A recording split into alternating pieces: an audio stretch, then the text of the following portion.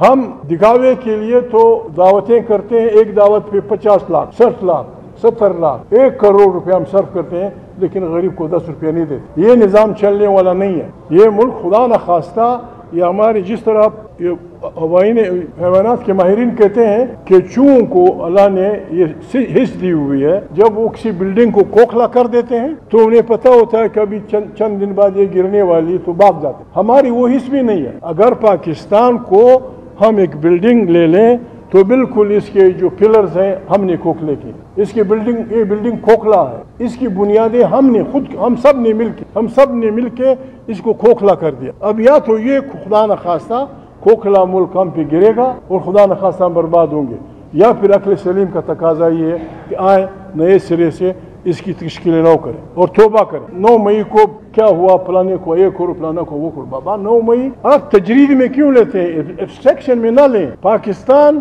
ایسے بہت بڑے حادثات رکھتا ہے جس طرح 9 مئی کا۔ پہلا حادثہ یہ ہے کہ ہمارا ملک 25 سال بننے کے بعد مٹکا نہیں ٹوٹا تھا، کوئی جگ نہیں ٹوٹا تھا، کوئی پیالہ نہیں ٹوٹا تھا، ملک ٹوٹا تھا۔ ہمیں آج تک کسی نے لکھے نہیں دیا کہ اس کی ذمہ داری کس کی۔ اس کے بعد وزیر اعظم پھانسی ہوا، 15 دن بعد کورٹ نے کہا یار غلطی ہو گئی۔ ایک الیکٹڈ وزیر اعظم کو اپنی پھانسی دے دی اور 15 دن آپ نے کہہ دیا غلطی ہو گئی، یہ کوئی تماشا ہے؟ اپنے وزیر اعظم کو پھانسی دے دی، اللہ حافظ خدا حافظ۔ پھر بی نظیر بھٹو صاحبہ دن دہاڑے، آپ نے بھی دیکھا میں نے بھی دیکھا، یہاں غریب کو گولی لگی، ہمیں پتہ نہیں چلا کہ کس دیا، یعنی اللہ فلیہ میں نہیں بتایا گیا، تحقیقات نہیں ہوئی۔ بے نظیر کا بھائی ذوالفقار علی بھٹو کا لڑکا اپنے گھر کے سامنے، میں اس دن جب بے نظیر سے ملا میں نے بالکل توبہ کی۔ سٹنگ پرائم منسٹر کا بھائی 5 ساتھیوں سمیت 70 کلفٹن کے سامنے دن دہاڑے قتل ہوا، جس طرح آپ کو پتہ نہیں، قیاس رہے تو ہم کرتے ہیں لیکن اللہ نے ہمیں کوئی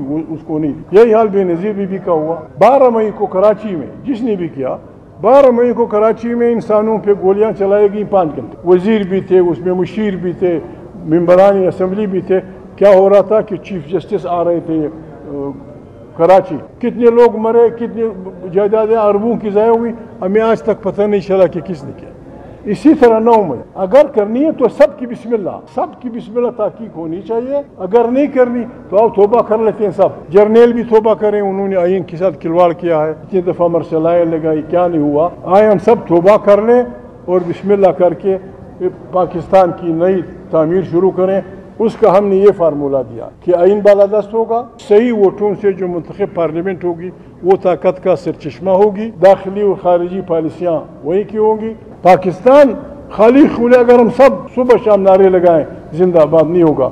زندہ آباد تب ہوگا جب غریب آدمی زندہ آباد ہوگا۔ ایک غریب آدمی نہ ان سے روٹی مانگتا ہے، نہ مجھ سے مانگتا ہے، نہ ان سے مانگتا ہے، وہ آپ سے یہ چاہتا ہے کہ جب میں گھر سے نکلوں میرے گھر کا دروازہ کوئی نہ کھٹکھٹائے، تو جب میں راہ چلوں کوئی میں کپڑے نہ کھینچے۔ اور جو حکومت غریب کے گھر کی حفاظت نہیں کر سکتی، جو حکومت انصاف نہیں دے سکتی، جو حکومت روٹی کا بندوبست نہیں کر سکتی، یہ وکیل صاحب بیٹھے ہوئے، انہیں حکمرانی کا کوئی حق۔ ابھی جو ہماری حکمران ہیں میرے دوست رہے ہیں، مجھے دکھ ہوتا ہے ان کا نام لیتے ہوئے، مجھے دکھ ہوتا ہے۔ نواز شریف ووٹ کو عزت دو کا نعرہ لگایا، بہت بڑا آدمی ہے، بہت بڑا آدمی بنا۔ ان کی موجودگی میں جو حکومت ہے ساری دنیا کو پتہ ہے، ساری دنیا کو پتہ ہے، ہماری ماؤں بہنوں کو پتہ ہے کہ یہ موجودہ حکومت 2 نمبر کی حکومت، 2 نمبر کی حکومت ہے، غلط مینڈیٹ پہ آئی ہے، اخلاقی طور پہ مشکل ہے۔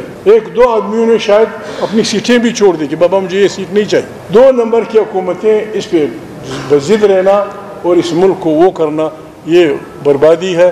ہم یہ کر سکتے ہیں خدا نخواستہ۔